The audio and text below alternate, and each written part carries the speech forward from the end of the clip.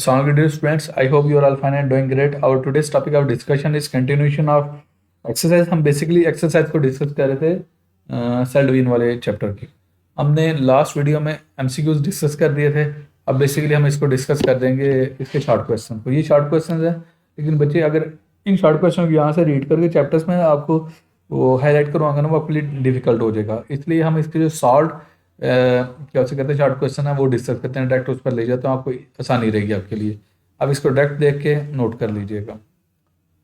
हमारा पहला जो शॉर्ट क्वेश्चन है वो ये है, analyst the events that occur during the जीवन फेज ऑफ इंटरफेज. आपने वो क्या उसे कहते हैं इवेंट्स बताने हैं जो जीवन फेज में होती हैं. अब आपको पता है जो सेल डिवीजन है माइटोसिस के दो सब स्टेजेस हैं.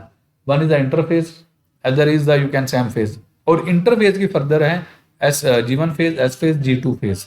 तो G1 फेज को हम कहते हैं फर्स्ट कैप फेज. अब इसको रीड करता हूं मैं. It starts from the end of the mitosis place.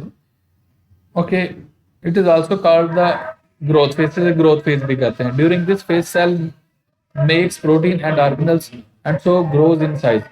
जो क्या उसे कहते हैं सेल्स है जो अपनी प्रोटीन बनाता है, ऑर्गेनल्स बनाता है और साइज में क्या करता है, ग्रो करता है. Cell also makes enzymes that are required in S phase. और वो एंजाइम भी बनाता है जो चाहिए होते हैं किसके लिए, एस फेज के लिए, further application of DNA. Clear. Next हम कहते हैं what is main purpose of S phase in cell cycle. Cell cycle के अंदर एस फेज का मेन पर्पस क्या है. S phase synthesis phase. During this phase the DNA of each chromosome is replicated. इस phase के दौरान जो DNA replicate करता है, it results in the duplication of chromosome.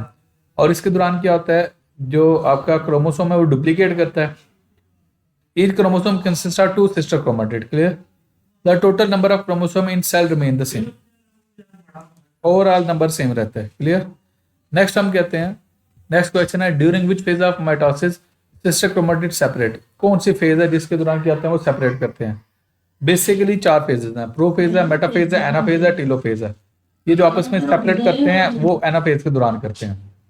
During anaphase the spindle fibres attach with the chromosome pull towards the pole. ये देखें, ये basically centrioles हैं. सेंट्रियोल्स के दरमियान यहाँ पे ये स्पिंडल फाइबर है जिनके क्रॉस यहाँ पे इक्वेटोरियल प्लेट पे इक्वेटर पे क्रोमोसोम्स अरेंज थे.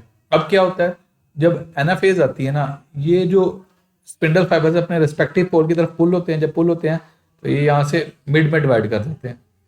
Clear. During anaphase the spindle fibres attached with the chromosome pull toward pole. Due to this pulling the chromosome sister chromatid separate, वो सेपरेट कर जाते हैं. In this way there are two similar sets of chromosomes which move towards the poles of cell. अपने respective pole में चले जाएंगे. Next है, how does crossing over contribute to genetic variation in the meiosis. जो एक बात याद रखिए, माइटोसिस और मियोसिस के दौरान जो टेक्निकल डिफरेंस है ना वो क्रॉसिंग ओवर का है. अब क्रॉसिंग ओवर मैं डिफाइन कर दूं, यहाँ पे डेफिनेशन नहीं है, ये लिख लीजिएगा. Reciprocal exchange of genetic material between two non sister chromatids. जो रेसिप्रोकल एक्सचेंज है जेनेटिक मटेरियल की नॉन सिस्टर क्रोमेटिड्स के दरमियान, उसे हम क्या कहते हैं, क्रॉसिंग ओवर कहते हैं. क्लियर. अब दो से तीन चीजें हैं. ये क्रोमोसोम्स के देखो, ये जो दो क्रोमोसोम्स है क्रोमेटिड्स आपस में सिस्टर क्रोमेटिड है और ये दोनों आपस में सिस्टर क्रोमेटिड है. क्लियर. लेकिन ये वाला और ये वाला जहाँ पे कर्सर मूव कर रहा है मेरा, ये दोनों आपस में, बल्कि इसने हाईलाइट किया, ये दोनों आपस में नॉन सिस्टर क्रोमेटिड है. अब इन दोनों के दरमियान reciprocal exchange of genetic material mean genetic material exchange होगा, जितना इसको दिया जाएगा उतना इससे ले लिया जाएगा. That will be called as reciprocal. अब यहाँ पे एक टर्म लिखी हुई है क्याजमेटा. क्याजमेटा क्या है, वो रीजन है जहाँ पे क्रॉसिंग ओवर होती है. क्लियर. ये देखिए यहाँ पे क्रॉसिंग ओवर होगी, एक्सचेंज हो गया मटेरियल का. और यही क्या हो कहते हैं इंपॉर्टेंट पॉइंट है किसका, मियोसिस का. अब इसको रीड करते हैं. Crossing over creates new combination. इसकी वजह से नए कॉम्बिनेशन बनते हैं of genes of chromosome. Each chromosome in the gametes carries a unique set of genes. उसके अंदर यूनिक सेट ऑफ जीन होगा. When diverse gametes to parents combine. जब डाइवर्स क्या होता है गमीट्स आपस में कंबाइन करते हैं, the resultant zygote is genetically different from both parents. जो रिजल्टेंट जाइगोट होता है वो जेनेटिकली डिफरेंट होता है दोनों पेरेंट्स से, माँ से भी और बाप से भी. In this way meiosis contributes to the genetic diversity in population. Okay. Next, what is the role of spindle fibre in metaphase. सीधी सी बात है, वो क्रोमोसोम्स को अरेंज होने में हेल्प करते हैं मेटाफेज के दौरान. Spindle fiber plays a crucial role in mitosis by attaching to the centromeres of chromosome and helping to align at the cell's equator. Cells के इक्वेटर पे इक्वेटोरियल प्लेट बनने में हेल्प करते हैं during metaphase. During anaphase they pull the sister chromatid, और जब क्या anaphase होगी वो पुल कर जाएंगे, ब्रेक कर जाएगा और क्रोमेटिड्स होंगे अपोजिट पोल्स पर चले जाएंगे. Okay next, how is cytokinesis in animal cell different from plant cell. मैं आपको डायग्राम शो करता हूँ.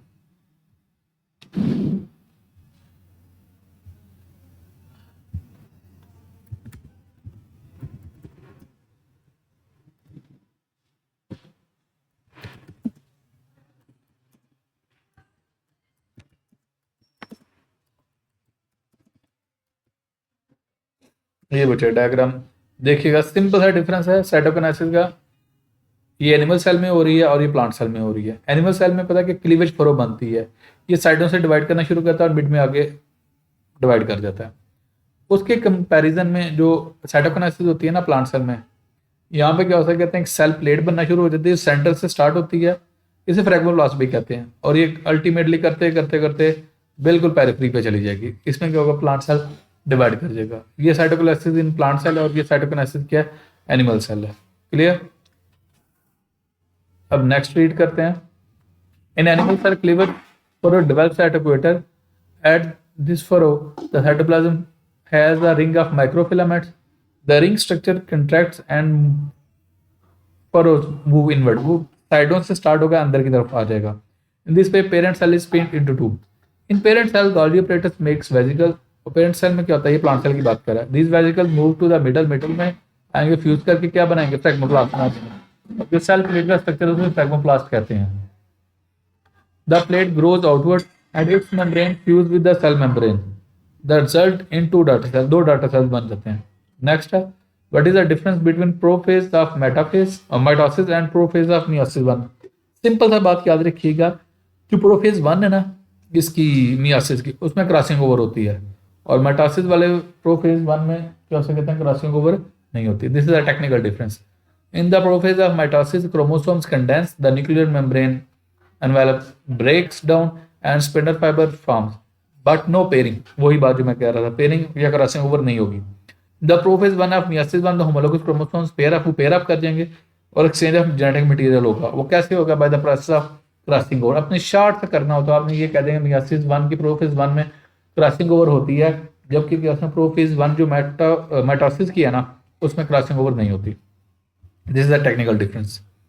Next, how does meiosis differ from mitosis in terms of chromosome number.